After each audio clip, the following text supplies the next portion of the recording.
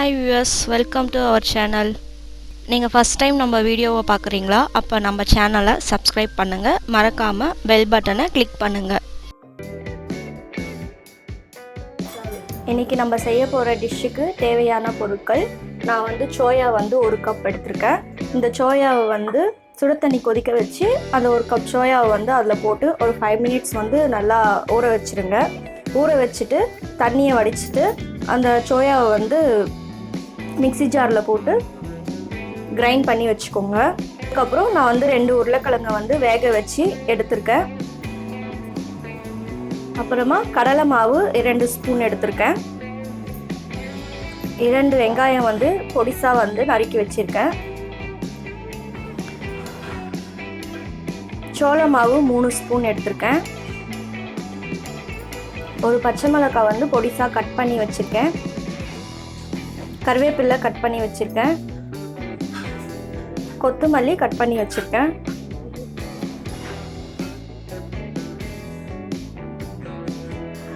தனி மிளகாய் தூள் தேவையான அளவு, மஞ்சள் தேவையான அளவு, உப்பு தேவையான அளவு, சோம்பு தேவையான அளவு.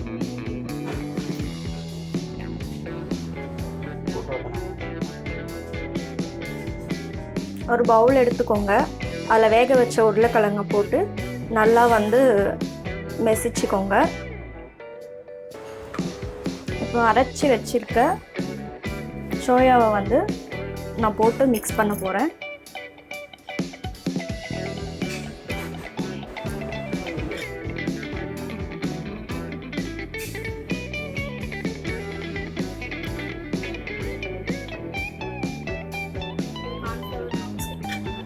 சோள மாவு சேர்த்துக்கலாம். கடலை மாவு சேர்த்துருக்கேன். நறுக்கி வச்சுருக்க வெங்காயத்தை சேர்த்துருக்கேன். பச்சை மிளகாய், கருவேப்பிள்ளை, கொத்தமல்லி நறுக்கியது சேர்த்துருக்கேன். இப்போ எல்லாத்தையும் நல்லா மிக்ஸ் பண்ணிக்கோங்க.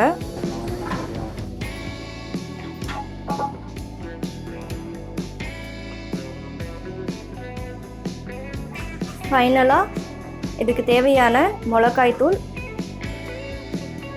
மஞ்சள் தூள், சோம்பு, தேவையான அளவு உப்பு சேர்த்து நல்லா மிக்ஸ் பண்ணிக்கோங்க.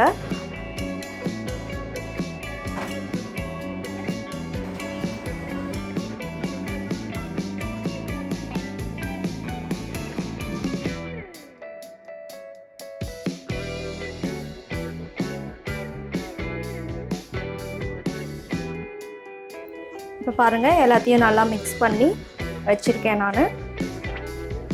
நான் இதை இப்போ சின்ன சின்ன உருண்டையாக உருட்டி ஒரு பிளேட்டில் வச்சுருக்கேன். ஸ்டவ் ஆன் பண்ணிக்கோங்க. வானல் அது மேலே வச்சுக்கோங்க. வானல் சூடானதுக்கப்புறமா இந்த உருண்டையை பொரிச்சு எடுக்கிறதுக்கான தேவையான அளவு எண்ணெய் ஊற்றிக்கோங்க. எண்ணெய் சூடானதும் ஒரு உருண்டையை ஒன்று ஒன்றா போட்டு பொரிச்சு எடுத்துக்கோங்க. எண்ணெய் நல்லா கொதிச்சிருக்கு. நம்ம உருண்டை பண்ணி வச்சுருக்கிறத எண்ணெயில் போடலாம்.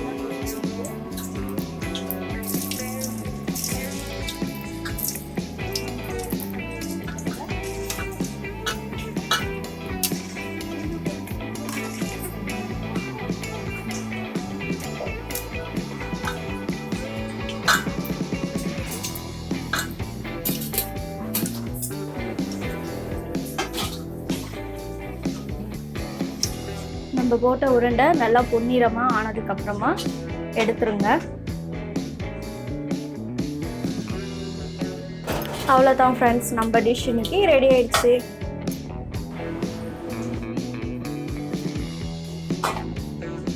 இதில் நான் உருளைக்கிழங்கு மட்டும்தான் சேர்த்துருக்கேன். உங்களுக்கு வேணும்னா நீங்கள் பீன்ஸ், கேரட்டு, பச்சை பட்டாணி எல்லாம் சேர்த்து கூட நீங்கள் உருண்டை பண்ணி போட்டுக்கலாம். நல்லாவும் இருக்கும், ஹெல்த்தியாகவும் இருக்கும்.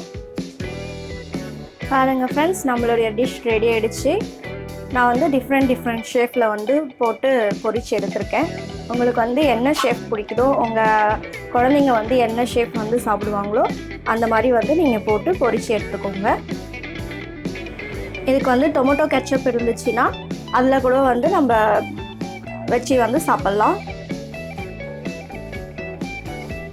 ஓகே ஃப்ரெண்ட்ஸ், இந்த ரெசிபியை நீங்கள் ட்ரை பண்ணிவிட்டு எப்படி இருந்துச்சுன்னு சொல்லிட்டு கமெண்ட் செக்ஷனில் கமெண்ட் பண்ணுங்கள். இந்த வீடியோ உங்களுக்கு பிடிச்சிருந்துச்சுன்னா லைக் பண்ணுங்கள், ஷேர் பண்ணுங்கள், மறக்காமல் நம்ம சேனலை சப்ஸ்கிரைப் பண்ணுங்கள். தேங்க்ஸ் ஃபார் வாட்சிங்.